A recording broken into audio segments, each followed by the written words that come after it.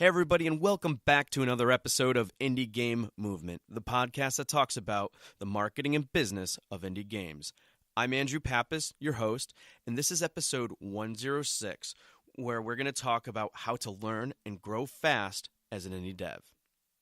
Now, if there's one thing that most indie devs want, it's probably to grow fast. But let's be honest, there's no quick shortcuts to success, but there are ways to shorten the time it takes to get there. Today, our guest shares with us the risks he took, how he learned from all of his experiences, and implemented these learnings to the development of his games to get them to market in a reasonable time frame. So that's what we're going to be talking about right here today on Indie Game Movement. Oh, and by the way, there's a little bit of swearing in this episode.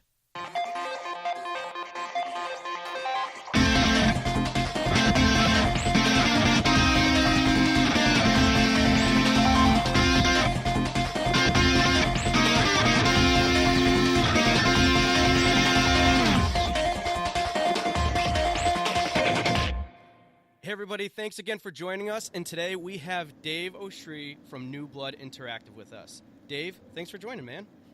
How's it going? It's going great. All right, so Dave is the co-founder of New Blood Interactive. He does business for them and a slew of other things. He's got game and games with titles some of you are probably familiar with, such as A Medieval, Dusk, Unfortunate Spaceman, Laser Type, Super Galaxy Squadron, and Tonight We Riot, which is coming soon. Yes. Now, Dave, that was way too brief of an intro. Do you mind expanding a bit more about what you do for New Blood, share a little bit more about your arsenal of games, and perhaps some insight to things you like to do outside of work? So for New Blood, I kind of do everything, right? So it's my company that I started with my friends back in 2014. We just kind of wanted to do our own thing after working on games with other people. Since then, we've kind of grown to like this family of 30 plus people working on six plus games. Nice. Some of which are out now in early access, some of which are coming soon, some of which are now coming, to Nintendo Switch first, which is really cool. Oh, sweet. But it's whatever, New Blood is me and my friends doing whatever. Trying to have a good time doing it. We don't rush, we don't stress, we don't crunch. That's company policy. I'm the executive producer on all our games. So I've got, I help out with game design and try to be as hands-off as I need to be or hands-on as I need to be, but let my guys and girls do their thing. And I also, handle all the marketing, PR, business, paying the bills, paying my devs, pretty much a little bit of everything. Doing everything. Yeah, I guess I'm also the de facto community manager, and it's everything. But yeah, mostly I don't know. I yell at people and sign checks and try to get try to get games made in the process. Awesome. And then outside of that, when you're kind of like chilling out and everything outside of work, what other type of stuff do you like? I live by the beach in San Diego, California, brah. I'm kind of a beach bum. So if I'm not, sitting in my apartment staring at my computer screen trying to, work with my my teams, you could probably find me on the beach chilling. Nice. All right, so I want to take this a little bit further, and by doing that, I mean we're going to go into the Q box round, which is a bunch of random questions I prepared for you. All right, hit me. Just give me be as quick as you can with them unless you feel like you need to elaborate. Are you ready? Sure. All right. What's your favorite food? Steak and potatoes. Nice. All right. If you could speak another language fluently, what would it be? Japanese. Some Nihongo. I don't know what that means. I know very little Japanese. So yeah, I know zero Japanese. Okay, but that's cool. What is your biggest gaming pet peeve? Holding the player's hand too much. I could see that. What is one major thing that you would want to accomplish in your lifetime? I don't know. Opening up a homeless shelter for veterans of foreign wars. Nice. All right, and then what's the one thing that most people don't know about you? Let's see if people don't know about me. So, like, outside of your extensive group of friends or something like that. Yeah, that people don't know about me. I don't know. I'm pretty out there. Everyone knows everything about me. I don't know. I think most people assume that I play mostly like brainless retro shooters and stuff, and they're usually a lot of people are surprised to find out that my favorite genre is actually extremely long and wordy RPGs. Oh, really? What is your... Yes. Oh, cool. So stuff like all the old Infinity Engine games. Stuff like Baldur's Gate, Planescape Torment. And then obviously stuff like Pillars of Eternity that's coming out, these days. Those are my favorite games. And then would be, stuff like Doom, Quake, Right. Blood, Duke Nukem, and shit like that. I like games that are like books. It's like a yin and a yang, right? I like really wordy RPGs, and then games that have like no text whatsoever. But most people are surprised to find that out. They think I'm literally just retro shooters all the time. Yeah. Cool. All right, so we got that covered. We got to know a little bit more about Dave, but now we're going to get right into the meat of this discussion here. And our topic today is how to learn and grow fast as an indie dev. All right, so some context here. So if there's one thing that any indie dev wants, it's probably to grow fast. However, growing fast still comes with many risks and challenges. And knowing what to do and what not to do can save time, money, and frustration, but sometimes you just got to plow through the obstacles ahead to learn what you need to get the game out to market. So this is nothing new for Dave of New Blood here, but as he shares the risks he took and challenges he learned from to get his game out to market as fast as possible, we're also going to go into things a little bit more in detail as far as fast isn't everything. So to kick this off, let's not necessarily focus on fast-paced things, but like growth, because I think that's really what's most important in terms of anything compared to speed. So, Dave, how would you define growth when applied, to like a solo dev or an indie studio? Like, what's a good holistic definition of what growth could be for someone? I don't know, shipping a game. Especially with indies, there's so much just game jamming and prototyping and stuff, but just getting something out the door, getting it to market, getting it sold is just the first step towards many. I mean, the thing I see so often is just games not getting to the finish line or being rushed out, or people thinking their first game has to be their best game. It's not going to be, and the experience you get from just shipping games is more valuable than all the prototyping and game jams and cool unfinished ideas that you'll ever have. I mean, if you want to make games, I mean, you don't have to ship games. You could dabble in it. You could just do fun prototypey, game jammy stuff. You don't ever have to release anything commercially. But if you want to, and you want to, start releasing games and have the potential to be successful, doing that as, a career, you got to ship games. You got to get stuff out the door. You got to finish it. You got to get stuff across the finish line.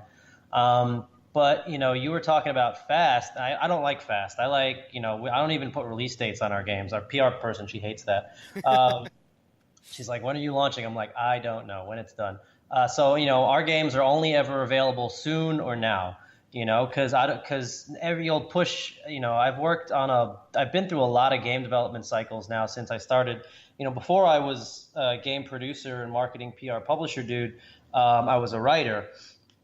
I think everybody thinks they know who works in video games thinks they know how long it'll take to do stuff or when they can get stuff done. But until you've been through, game dev cycles and got stuff out the door, you have no idea how long it's going to take. Everything's going to take at least 2 to 3 times as long as you think it is. Shit's always going to go wrong.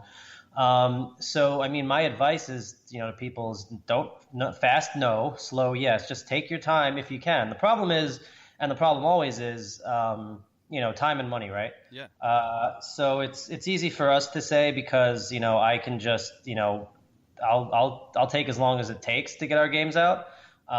Because I know we can for now, at least. I don't know if we're not making money by next year, I'll probably shut down New Blood. But for now, I'd rather take our time, So the games are really, really good. I mean, you've seen like the user review scores we have for stuff like Dusk and Medieval. That's because we, when we think it's done, I say, nah, let's go over it again. Let's QA it some more. Let's go back and run through the levels some more and make sure that everything is literally as perfect as it can be objectively, right? Right, of course.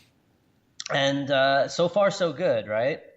We could rush, we could race to the bottom with stuff like Dusk isn't on sale right now during the Steam Summer Sale, Right. and it could have been. We were actually offered a featured spot in the Steam Summer Sale, but they said you got to put the game on sale. And Dusk has never been on sale yet because it's not done, and people paid full price as a pre-order and then early access. So if we went and put it. And, I said it's not going on sale for a long time. So if we went and put it on sale for, 20, 30% off, all the people who bought it full price would be like, well, what the fuck? Yeah. Exactly. We supported you early and now it's on sale. I mean, I think they would probably understand because we'd be like, hey, guys, there's like the opportunity for like a life-changing amount of money to be on the front page of Steam. But and I've said it before and I'll say it like forever. I wouldn't trade the relationship that we have with our players for anything. Like if I piss off 10 people because we put the game on sale, that's 10 people too many. That's 10 people who gave me their $20. That's all I ask for, all the shit that we do with our games. It's like you pay me, just buy the game, wish list them. That's 10 people who bought something full price because I told them it's not going on sale and I appreciate your support. So then if it's available, before the game's even done for, 16, 17 bucks, I'd feel like I got to go give everybody $4 that bought the game full price, and I don't want to be that guy. I don't want to. All it takes is one guy to be like, well, Dave Oshry is a fucking liar. New Blood, is full of shit. They said the game's not going on sale. Next thing you know, there's a fucking forum thread about it, and we go from having a really good relationship with our players to a really bad one overnight. Yeah. And I don't want to risk that. I don't want to do that. Obviously, we talked about it a lot. The appeal of a life-changing amount of money, but I mean, I talked to Valve and I was like, listen, we're not there yet. I appreciate that, the fact that Dusk is a big enough of a thing that you would offer to feature it during the goddamn summer sale. But I know there'll be other opportunities down the road, and I wouldn't I don't want to risk that relationship with our players for the allure of quick cash. I mean, and it is there, right? It's like, holy shit, we could potentially make a shit ton of money during the Steam Summer Sale. But you know what?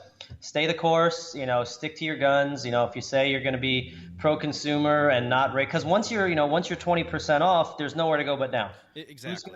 Who's going to buy the game full price anymore? So it's like, well, it was 20% off, and now the only where to go is 30, and then 50, and then 75. And I don't want to be there for a few years, Right. It's not like there's some people that never put their games on sale. I know Rami with Nuclear Thrones never going on sale. Factorio, the game that we based Dusk's $20 even price on, also said, hey, the game is never going on sale. I didn't say that. I said we will be on sale eventually, but not anytime soon. I want to, get a lot of life and value out of these games, or else, we're either going to be successful in the short term and then give up the long term, or stick to the long-term goals and hopefully be successful that way. But it's an experiment. I might be wrong. In a year, I should have maybe Dusk won't do well when it comes out, and I should have said, well, fuck, we should have been in the, Steam Summer Sale in 2018. But I'm sticking to my guns, and that's what I like to tell other indies about, growing and stuff. Especially now, there's no quick hits. It's not taking jet in Fallout. You got to go for the long. You gotta go for the long haul. Go for the long tail on stuff. So take your time and play the long game. That's my advice these days to indies. Yeah, no, and I think that's awesome because, I mean, I think basically from what you were saying in terms of, like, the sale prices and stuff, I think that strategy over kind of what you laid out makes complete sense because, in a way, you're kind of, if you just reduce the crap out of your price, you're going to be really minimizing, I think, the shelf life of that game because then it's just a commodity after that point, and who cares about if you a $3 game because then people buy it, they're buying everything else up at that point, and then it's just sitting in their library not doing anything with it. Yeah, basically, so I want to make sure that there's, we're giving people value, but also that they appreciate the fact that we're, this is our product and this is our price, and exactly. If we want to be successful and you believe in us, then you should be there with us. I know a lot of people, some people will just wait till it's on, which is fine. And I tell those people, you know what, wait, just, wish list the games, keep a tabs on it, eventually one day it'll be $5. Yeah, And maybe that's when you jump in, and that's fine. exactly. Yeah, and I think right there, what you're doing there is you're setting your fans' expectations, and ultimately, by doing that, you're minimizing a lot of your risk. Well, yeah, it was also, and I said when you came to our panel at PAX, what Rami said.